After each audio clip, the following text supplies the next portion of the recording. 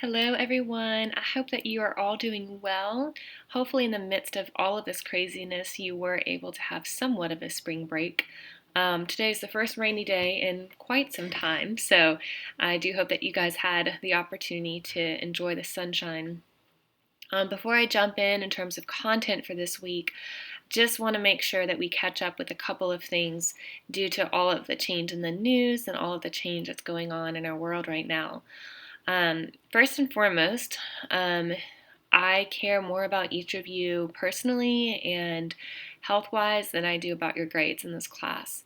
Hopefully, that's been obvious since the start of our class, but I just want to make sure that I have said that explicitly.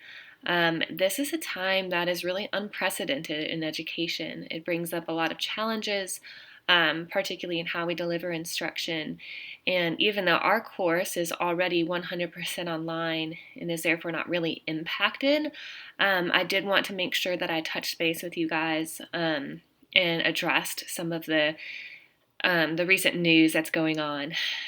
So, a couple of things. First and foremost, if you have any concerns about your access to the internet or anything related to just logistics for our course, I ask that you please let me know as soon as you can. Um, it is so important that we provide all of our students with equal opportunity, particularly as we've made such a sudden shift, removing or rather moving to all online instruction for Winthrop. So if anything is going on, please let me know and I can direct you to some resources. Sorry for the loud noise here. Um, Secondly, all of my videos from this point on, I will be recording from home, meaning it will be harder for me to control them and make sure that everything is really quiet. I do live alone, so I can usually control that, but I have lots of visitors often, although most likely not at this point. And I do have quite a noisy cat. So if you hear any of that in the background, just know that that's what's happening. I also just want to be real with you guys. This is super overwhelming. There's a lot going on. I am doing my best to keep up with things, and please know that my first concern is that all of my students are safe and that they are all healthy. And those kind of issues are taking precedence over grading sometimes because if we don't serve our students in terms of physical needs, and emotional and just making sure that everyone is taken care of, it's really not possible to challenge them cognitively. So that being said, I am going to post a new phone number that I would rather you guys use to reach me. This will be a lot easier than my office number because clearly I won't be in my office very often. So I'll be posting a new number in case you need to reach me via phone, and I will be sure to kind of give you guys updates about my office hours in that sense. Otherwise, in terms of our course, things are going to remain the same. So we have been doing fully online instruction, so that will continue. We will do, just like we have since the start, a welcome video at the beginning of the week, and then that will provide me the opportunity to introduce the content and to make sure that I've addressed any potential questions that I see coming up. Now more than ever, it's really important that we are communicating well. So if you do have any questions, please let me know, and I'll be happy to answer them. Also, I want to encourage you guys that if you are currently in teaching, you have most likely also moved to online instruction. Don't put the pressure on yourself to recreate the wheel. Now is not the time to do everything new. Now is the time to do what you know best. So I do think it's important that we don't put extra pressure on ourselves as educators.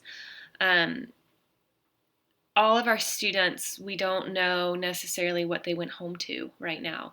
So it's really important that we keep that in mind and that we are careful in the way that we plan our instruction so that we're still being fair to all of our students. It's really a timely topic that this next week we are studying the invisible gifted. This is my favorite module of the entire course. And I actually coined this term, invisible gifted, about 3 years ago when I first started teaching this course.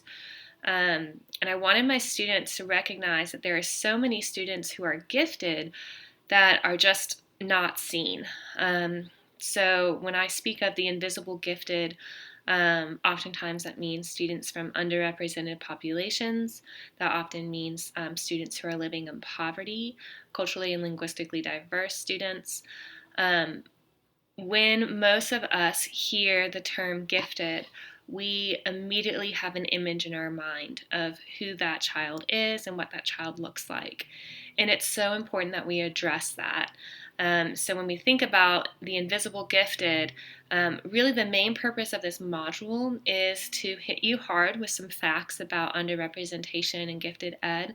It is a pervasive issue. We have a definite overrepresentation of white and affluent students, and several students from particularly low income families are less likely to be identified. Furthermore, we know that giftedness looks different in every different environment.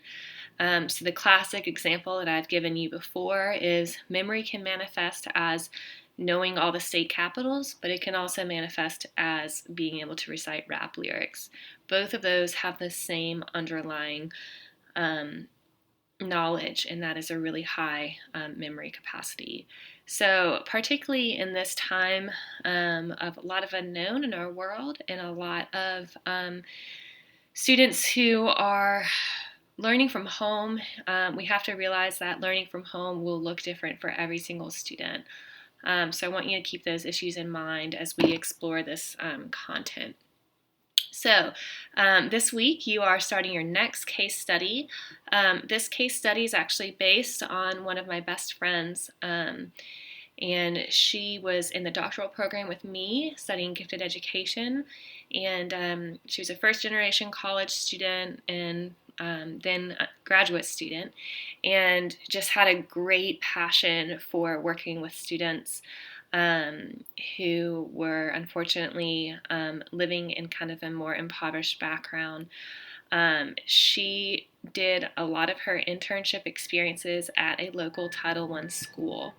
Her first day visiting this school, she inquired about the gifted program, and the principal said, listen, I know that you study gifted education, but we don't have those kids here. We don't have those kinds of kids at our school. Which is not true. There are gifted students everywhere, but unfortunately that is a very common reality that we tend to focus more on closing achievement gaps, and in doing that we often miss the students who are up top. So your challenge for this week is to read Jasmine's case study and challenge yourself. How would you suggest that Jasmine speak to the principal and actually confront him or her about the fact that there are gifted children in all walks of life? It will be important that you look into all of your library resources for this. So as always, I'm looking for you to cite your sources. It's not enough for you to be passionate and just say, all students have the opportunity to be gifted. I agree, but you need to give me some very clear research evidence to back that statement up. So again, our case study this week is about Jasmine. She is excited to be working in a Title I school, but surprised when her principal simply says there are no gifted children in her environment. Your challenge in your post is to suggest how Jasmine could confront the principal and convince him that there are gifted children at the school and how she could potentially approach this issue. As always with your discussion board posts, I'm looking for your initial response by Friday evening and your response to those posts by Sunday evening. Again, if you have any questions or concerns, please do not hesitate to ask me, and I hope that you guys are all staying safe.